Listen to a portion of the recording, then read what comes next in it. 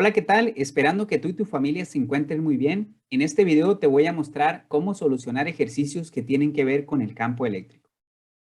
Antes de resolver el ejercicio, permíteme compartirte dos fórmulas que puedes utilizar para calcular el campo eléctrico.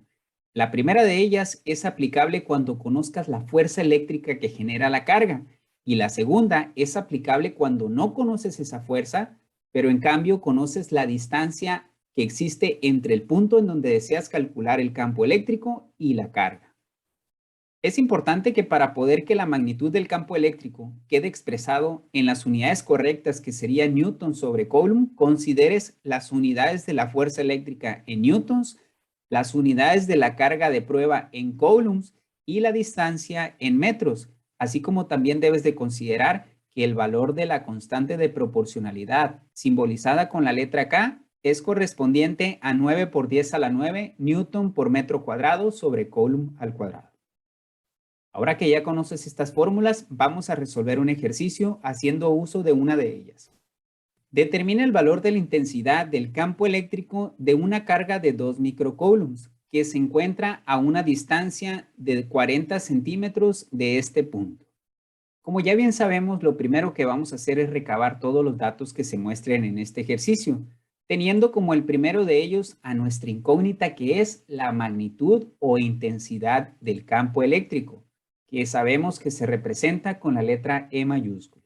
Luego tenemos el valor de nuestra carga, que sería de 2 microcoulombs, por lo que es una carga positiva. Por último, se nos indica que la distancia que existe entre la carga y el punto en el que deseamos calcular el campo eléctrico es de 40 centímetros. Una vez recabados todos los datos, vamos a apuntar de nuevo las fórmulas que ya vimos previamente para lograr identificar cuál de estas nos puede servir para resolver este ejercicio.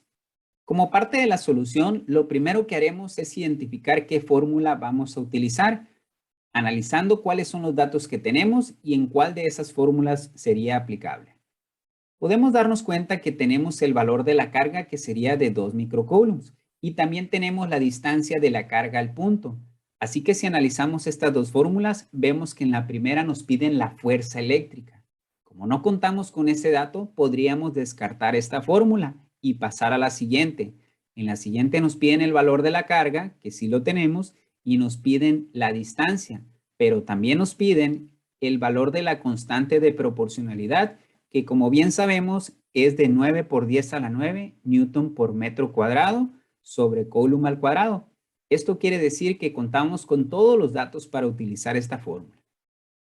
Primeramente debemos de sustituir el valor de la constante de proporcionalidad. Luego esto lo vamos a multiplicar por el valor absoluto de la carga. Pero ojo, aquí es importante que notes que el valor de la carga tiene que estar expresado en coulombs. Y aquí este valor se nos indica en microcoulombs, es decir, contiene un prefijo. ¿Qué podemos hacer para poder eliminar ese prefijo? Debes de recordar que el prefijo micro es equivalente a por 10 a la menos 6. En otras palabras, el expresar estos 2 microcoulombs sin el prefijo nos quedaría como 2 por 10 a la menos 6 coulombs. Y justo este es el valor que vamos a considerar al sustituirlo en nuestra fórmula. El último de los datos que debemos de considerar es la distancia que existe entre el punto y la carga, mismo que para este ejercicio sería de 40 centímetros. Pero nuevamente debemos de recurrir al análisis de las unidades que debemos de considerar. Como aquí se nos indica, esa distancia tiene que estar en metros, no en centímetros, por lo que tendríamos que hacer un cambio de unidades de centímetros a metros. ¿Cómo lo hacemos? Tan sencillo como que dividamos estos centímetros entre 100 y ya se nos expresarían en metros. Así que si hacemos esa división nos quedaría como 0.4 metros. Ya con este valor en metros, ahora sí lo vamos a sustituir sin olvidar que este tiene que estar elevado al cuadrado. Ahora vamos a realizar las operaciones correspondientes, pero debemos de considerar el orden jerárquico de las operaciones. Por lo que primero tendríamos que realizar esta potenciación. Vamos a elevar al cuadrado tanto el 0.4 como el metro.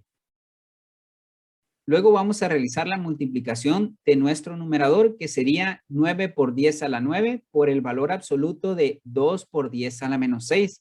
Recuerda que cuando hablamos del valor absoluto, a pesar de que aquí una carga estuviera expresada como negativa, se convertiría en positiva, debido a que es valor absoluto. No es nuestro caso, pero sí es importante que lo consideres en caso de que en tu ejercicio la carga sea negativa. En otras palabras, siempre el resultado numérico de tu numerador será positivo. Dicho lo anterior, vamos a realizar la multiplicación 9 por 10 a la 9 por 2 por 10 a la menos 6, lo que nos da 18,000. Asimismo, vamos a multiplicar Newton por metro cuadrado entre Coulomb al cuadrado por Coulomb. Como aquí tenemos Coulomb al cuadrado en el denominador y eso se está multiplicando por Coulomb, podemos eliminar este Coulomb de aquí con uno de los dos que corresponden a estos Coulomb que estaban aquí al cuadrado. Recuerda que Coulomb al cuadrado es equivalente a Coulomb por Coulomb. Así que eliminamos uno de estos dos con este que teníamos de este lado. De modo que nuestras unidades resultantes para nuestro numerador sería Newton por metro cuadrado entre Coulomb. Finalmente, ya para encontrar el resultado, bastaría con dividir lo que nos dio en el numerador entre lo que nos dio en el denominador, es decir, 18,000 entre 0.16 y luego Newton por metro cuadrado entre Coulomb entre metros al cuadrado. Como aquí tenemos metros al cuadrado en el numerador y metros al cuadrado en el denominador, se eliminan. Así que nos quedarían como unidades resultante newtons sobre Coulomb. Justo las unidades en las que se debe expresar el campo magnético. Así que con esto damos por concluido este ejercicio y también este video. Una vez más, te dejo la invitación a que si quieres seguir aprendiendo sobre temas relacionados con la física, te suscribas a este canal para que no te pierdas de todos los videos que estaré compartiendo para ti. Que sigas pasando un excelente día.